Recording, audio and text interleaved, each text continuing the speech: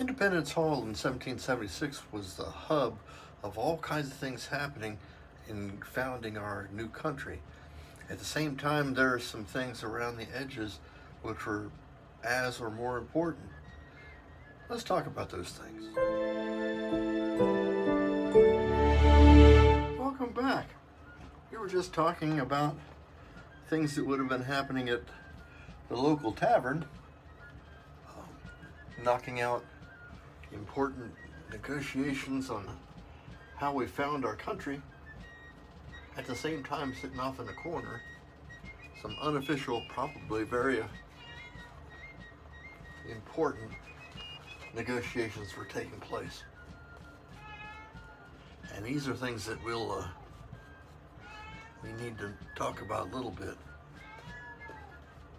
Now we know that they were having a real problem. George Washington was sending daily letters to Philadelphia talking about the hey, safety cats arrived. Talking about his trials and tribulations in getting his Continental Army together to fight a war, and of course logistics is foremost on his mind, particularly when it comes to gunpowder and bullets. Well, who's he talking to about that? He's talking to the Continental Congress. Boy, this blade is tuggy.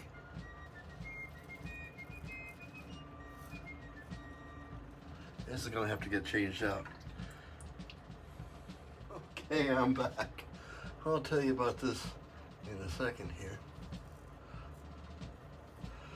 Well, logistics. Yes, we were talking about logistics.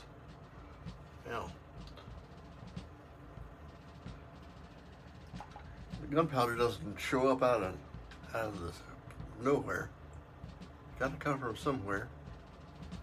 And enter a class of businessmen in Philadelphia. Represent, let's say, there's a very famous man, Robert Morris.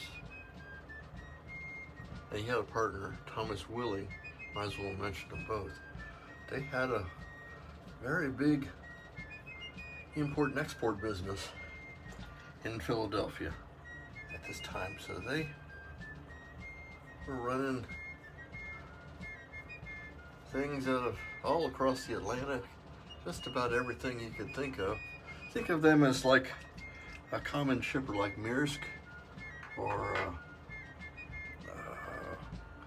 other companies that deal in moving cargo from Europe to the Americas to the British West Indies and wherever it needs to go. Well, these are the guys who run that kind of a business. Now, what they got isn't necessarily always running on their ships, but they know that Captain thus and such is sailing out of here or there, headed for Philadelphia or headed for New Orleans or something. So he knows, he has his fingers on the pulse of where these ships are going and who's got the ship. Okay. Now they're also running the customs, you know, they're collecting information on what shipments is going here and there. And so these are the guys who the Continental Congress contact and say, we're running desperately low of gunpowder. Can you get that for us? And Morris and his like saying, well, I can certainly get that for you. And probably in that very city tavern, official business unofficially takes place, making arrangements for gunpowder for George and our army. Certainly we could not have carried off the revolution without these guys who developed kind of a parallel economy. Certainly they wouldn't have been able to just in the open say, I'm shipping gunpowder for American, and not have the English seize those shipments, right? So what these guys do is they find space on these ships, from a ship from the West Indies, let's say, carrying gunpowder. Well, there happens to be now 15 extra barrels or something like that on these ships.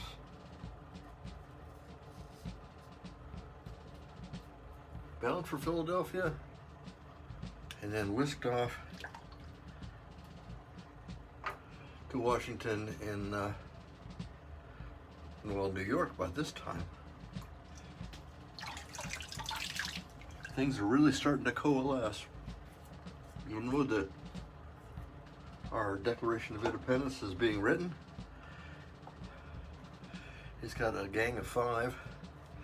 He's got Jefferson writing things, and he's got guys like John Adams and Ben Franklin looking over the daily work, making little edits and helping massage the text of the work, getting ready to present it to Congress, which will then officially signal our country's birth on the week of the first week in July. I hesitate to say the 4th of July, that's our official date, but we know that there are other pieces going, and they have to put a date on there, so they put the 4th on. I am so glad that I am an American.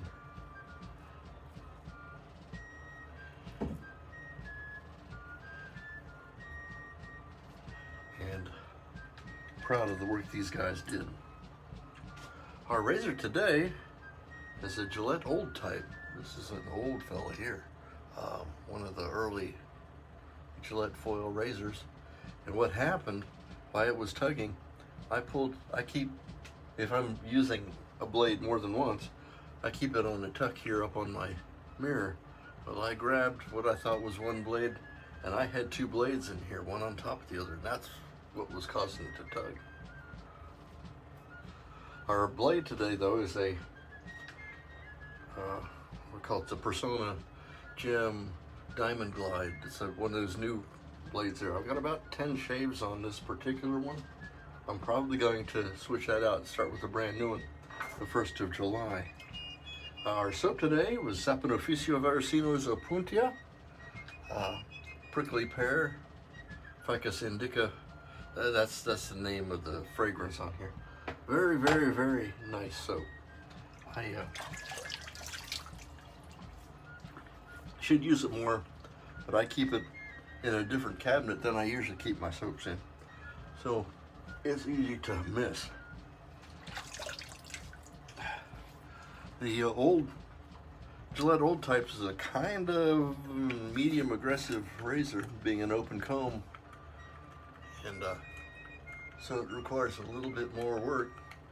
I'm getting zinged here on my neck by the alum, meaning that I got a violently good shave. There was no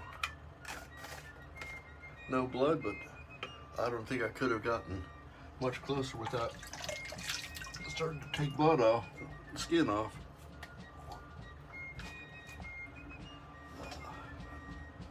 The aftershave is super nice, as Saponoficio's aftershaves are. It's a Got a lot of good skin food in it. And it smells nice. That's it for today's shave.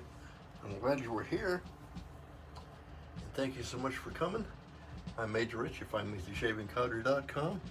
Made it this far. Thank you so much for coming. Please leave a like, subscribe if you're so inclined.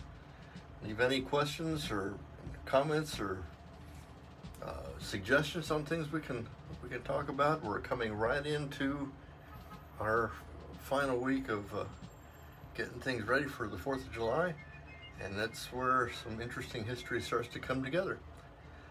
We will see you next time. Bye-bye.